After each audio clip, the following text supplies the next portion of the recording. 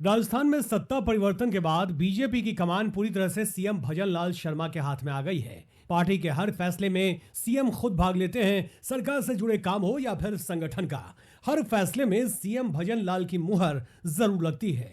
बड़ा सवाल यह है कि पूर्व सीएम वसुंधरा राजे का क्या होगा। उन्होंने चुप्पी क्यों साध रखी है। लोकसभा चुनाव में टिकट को लेकर भी वसुंधरा राजे कैंप में कोई खास हलचल नहीं दिखी। राजनीतिक विश्लेषक वसुंधरा राजे की रणनीति का आकलन नहीं कर पा रहे। आखिर क्या वजह है वसुंधरा राजे विधानसभा चुनाव में जिस तरह एक्टिव नजर आ रही थी, लोकसभा चुनाव में उस तरह से एक्टिव नजर नहीं आ रही और दिल्ली का ध्यान भी उनके ऊपर नहीं है।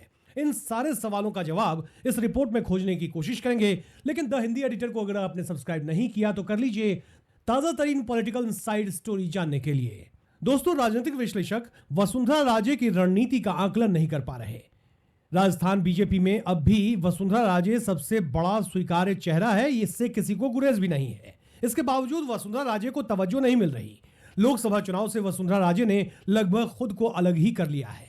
वसुंधरा राजे कैंप में कोई हलचल भी नहीं है। वसुंधरा राजे सिर्फ ट्वीट पर एक्टिव दिखाई दे रही हैं।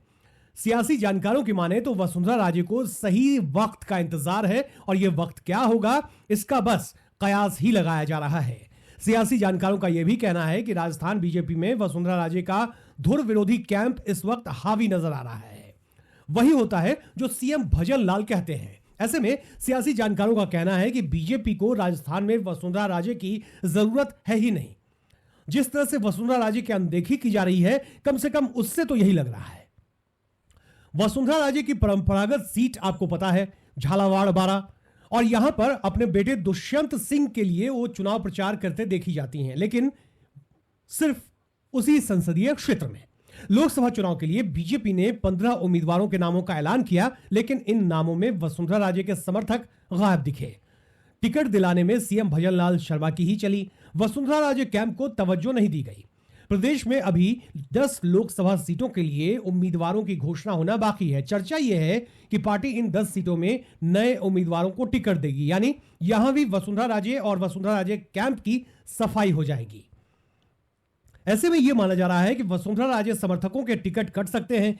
जयपुर सांसद रामचरण बोहरा वसुंधरा राजे समर्थक माने जाते हैं, लेकिन उनका टिकट भी खतरे में है।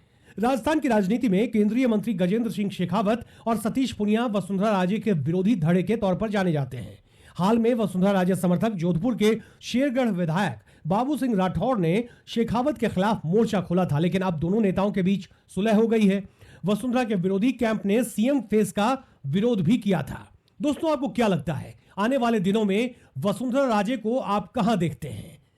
क्या बीजेपी की राजनीति में उनके लिए कोई जगह बन पाएगी? कमेंट कर अपनी राय द हिंदी एडिटर न्यूज पर देना ना भूलें। स्टोरी को लाइक और शेयर जरूर कीजिएगा। धन्यवाद।